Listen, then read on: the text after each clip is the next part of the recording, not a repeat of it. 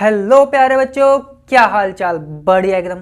तो बच्चों, आज के लेक्चर में हम बात करेंगे न्यूक्लियस का जो सेकंड पार्ट है उसकी। ठीक है, तो अब हम ये चीज़ सब जान चुके थे। अगर आपने वो वीडियो नहीं देखी तो एक बार उस लेक्चर को जरूर देखना। ठीक है, तब जाके इस लेक्चर को देखोगे तो ज़्यादा बेहतर तरीके से आपको चीज़ें समझ आएंगी। ठीक है, तो अब हम बात कर चुके थे किसकी, कि जो न्यूक्लियस है उसके अंदर क्या प्रेजेंट होता है, हमारे पास क्रोमेटिन प्रेजेंट होता है। क्या प्रेजेंट होता है? क्रोमेटिन। और क्रोमेटिन क्या था हमारे पास?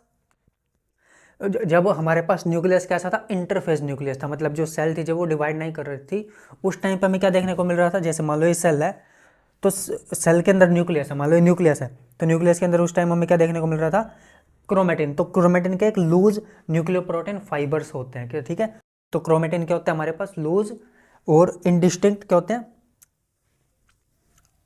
न्यूक्लियोप्रोटीन फाइबर्स होते हैं। ठीक है, थोड़ा गला खराब है इसलिए थोड़ा बोलने में प्रॉब्लम आ रही है, बाकी कोई नहीं।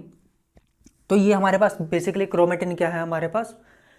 न्यूक्लियोप्रोटीन फाइबर्स है। क्या है? न्यूक्लियोप्रोटीन फाइबर्स है। अच्छा, अब ये जो क्रोमेटिन होता है हमारे पास, इस क्रोमेटिन के अंदर आपको क्या क्या देखने को मिल सकता है? इसके अंदर आपको डीएनए हो गया, आपका आरएनए हो गया, और कुछ बेसिक प्रोटीन्स हो गए जैसे हिस्टोन प्रोटीन हो गया, नॉन हिस्टोन प्रोटीन्स हो गए, ये सब देखने को मिलेंगे। ठीक है, और जो ये हिस्टोन नॉन हिस्टोन इनके बारे में आप क्लास 12 के अंदर पढ़ोगे। ठीक है, जब आप वहाँ पे मोलिकुलर बेसिस ऑफ इनहेरिटेंस पढ़ोगे चैप्टर। ठीक है, तब वहाँ पर आपको जो हिस्टोन के स्ट्रक्चर है वो आपको वहाँ पर देखने को मिलेगा। ठीक है, अब जो हमारे पास जो क्रोमेटिन था ये तो कब देखने को मिल रहा था? जब हमें जो सेल थी वो डिवाइड नहीं कर रही थी। लेकिन अब आता अगर सेल डिवाइड कर रही है तब हमें क्या दिखेगा, तो उसकी हम बात करते हैं। ठीक है, तो ध्यान से सुनो। जब कि बच्चे, जब सेल है हमारे पास वो क्या कर रही होती है? Dividing cells. मतलब जब सेल क्या कर रही होती है?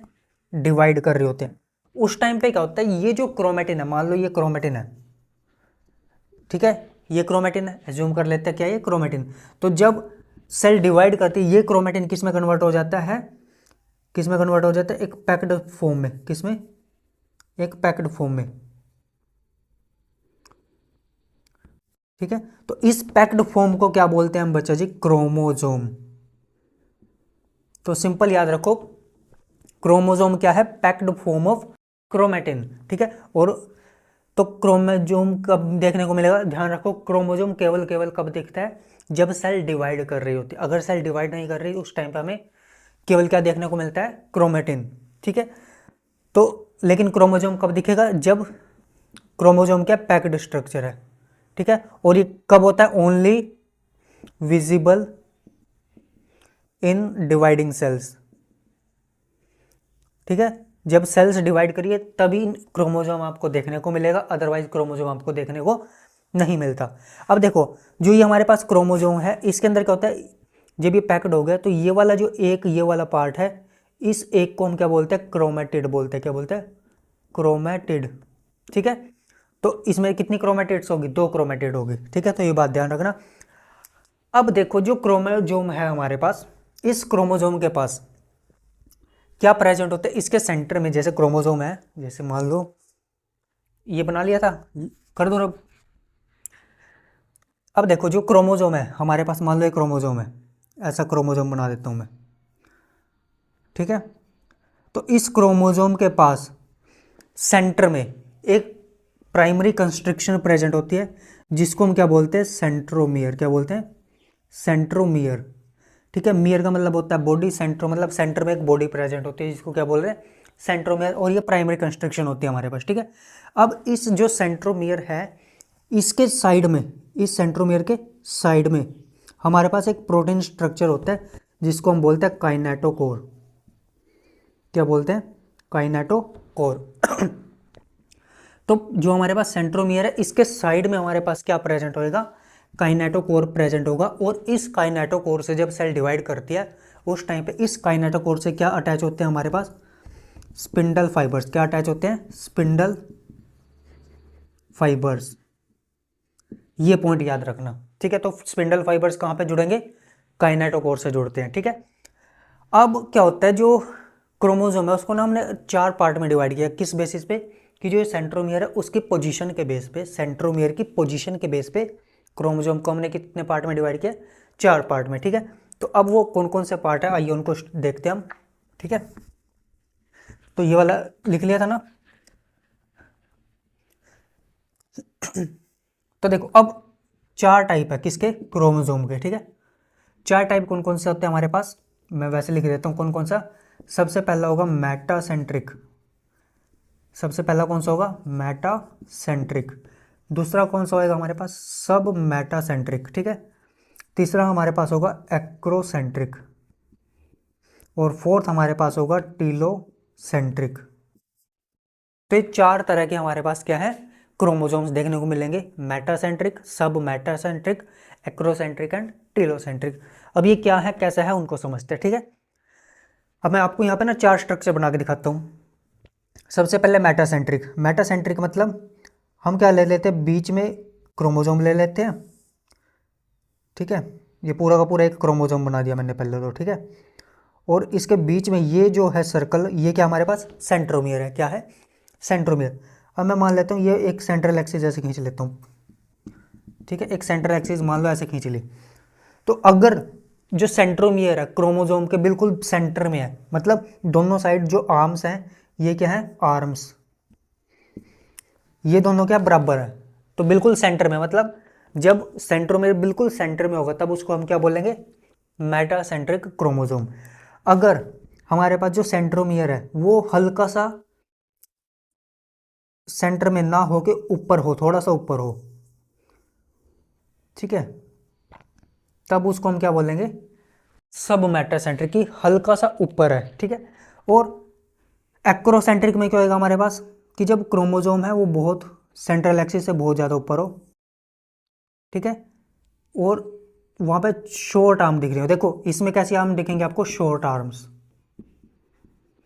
और जो टीलोसेंट्रिक होगा, तो टीलोसेंट्रिक में तो बच्चा यूँ मान लो आप कि आपके पास जो शॉर्ट आर्म है वो होती ही नहीं, या होती है तो बिल्कुल छोटी, बहुत कम दिखाई देती है, ठीक है। तो मतलब जो टीलोसेंट्रिक होगा, टीलो मतलब जो सेंट्रोमियर, जो आपका सेंट्रोमियर है वो कहाँ पर होगा, टर्मिनल पे होगा बिल्कुल, ठीक है।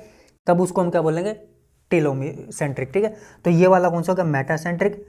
ये वाला कौन सा हो गया, सब मेटासेंट्रिक। ये वाला एक्रोसेंट्रिक, और ये वाला टीलोसेंट्रिक, ठीक है। तो ये आपके 4 टाइप के क्या है, क्रोमोसोम्स देखने को मिलते हैं। अब एक इंपॉर्टेंट बात, क्या कई बार क्या होता है, जो क्रोमोसोम है उसकी ना कांस्टेंट लोकेशंस पे क्या होता है, कांस्टेंट पोजीशन पे क्या होता है, कई बार कुछ सेकेंडरी कंस्ट्रक्शन देखने को मिलती है, जिसको आप क्या बोलते हो, सैटेलाइट बोलते हो, क्या दे बोलते हो, सैटेलाइट। तो ये हमारे पास क्या है, सैटेलाइट, ठीक है। तो ये पॉइंट भी आप यहाँ पे ध्यान रखना। तो ये हमारे पास क्या है, क्लासिफिकेशन है किसकी, जो क्रोमोसोम्स की क्लासिफिकेशन है। आई होप आपको चीज़ें समझ आ गई होंगी, क्रोमोसोम के 4 टाइप आपको क्लियर हो गए होंगे, ठीक है।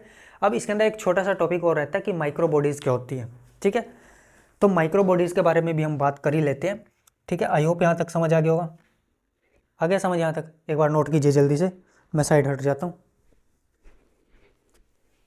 तो अब हम बात करते हैं किसकी, माइक्रो बॉडीज़ की, किसकी, माइक्रो बॉडीज़। अब देखो माइक्रो मतलब स्मॉल, बॉडीज मतलब कुछ वेसिकल्स आपके यहाँ पे देखने को मिलेंगी, क्या देखने को मिलेगी, वेसिकल्स, स्मॉल माइन्यूट वेसिकल्स देखने को मिलती है, ठीक है। अब जो माइक्रो बॉडीज है, बेसिकली माइक्रो बॉडीज को हम यहाँ पर क्या बोल देते हैं, पर ऑक्सीजोम्स, क्या बोल देते हैं, पर ऑक्सीजोम्स। और आपको पता है जो पर ऑक्सीजोम्स है वो हार्मफुल देखने को मिलते हैं, ठीक है। अब जो पर ऑक्सीजोम्स है हमारे पास, ये पर ऑक्सीजोम क्या करते हैं, जो पर ऑक्साइड है उसके मेटाबॉलिज्म में मदद करते हैं, किसके, मेटाबॉलिज्म।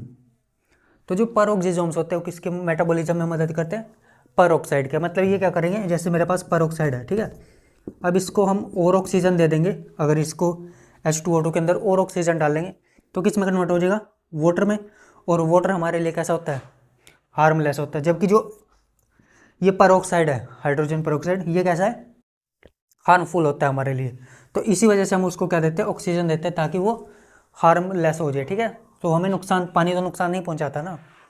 तो जो माइक्रो बॉडीज है वो आपको प्लांट्स और एनिमल्स दोनों में देखने को मिलेगी, ठीक है। मतलब प्लांट सेल और एनिमल सेल दोनों में आपको क्या देखने को मिलती है, माइक्रो बॉडीज देखने को मिलती है। तो इसमें बस आपको ये बात याद रखना है, ठीक है। तो ये छोटा सा टॉपिक था आपका माइक्रो बॉडीज का, ठीक है।